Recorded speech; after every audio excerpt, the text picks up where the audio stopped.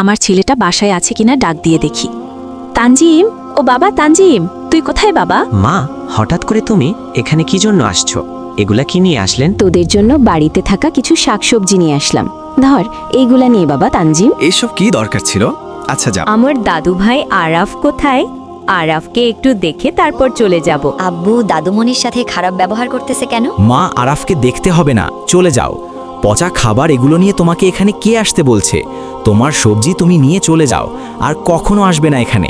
বুঝাতে পেরেছি তোমাকে? আর কিছু যেন বলতে না হয়। আব্বু দাঁড়াও, তুমি দাদুমণির সাথে এসব কি করলে? দাদুমণির সাথে এমন খারাপ ব্যবহার কেন করলে? আব্বু, তুমি ভালো কাজ করনি। আরাফ, তুই আমার সাথে বেশি ফাজলামি করতেছিস। আব্বু, তুমি দাদুমণির সাথে অন্যায় করবে আর আমি বসে বসে দেখব? তুমি তাই ভাবতেছ? আব্বু, আমি অত্যাচারের বিরুদ্ধে সব সময় কথা বলবো। আব্বু, তোমাকে কেউ লাইক সাবস্ক্রাইব করবে না। দাদুমণি, তুমি কান্না করো না। আজ দেখবে আমাদেরকে সবাই লাইক এবং সাবস্ক্রাইব করে দিবে। প্লিজ এই ইউটিউব চ্যানেলটি সবাই লাইক এবং সাবস্ক্রাইব করে যাবেন প্লিজ।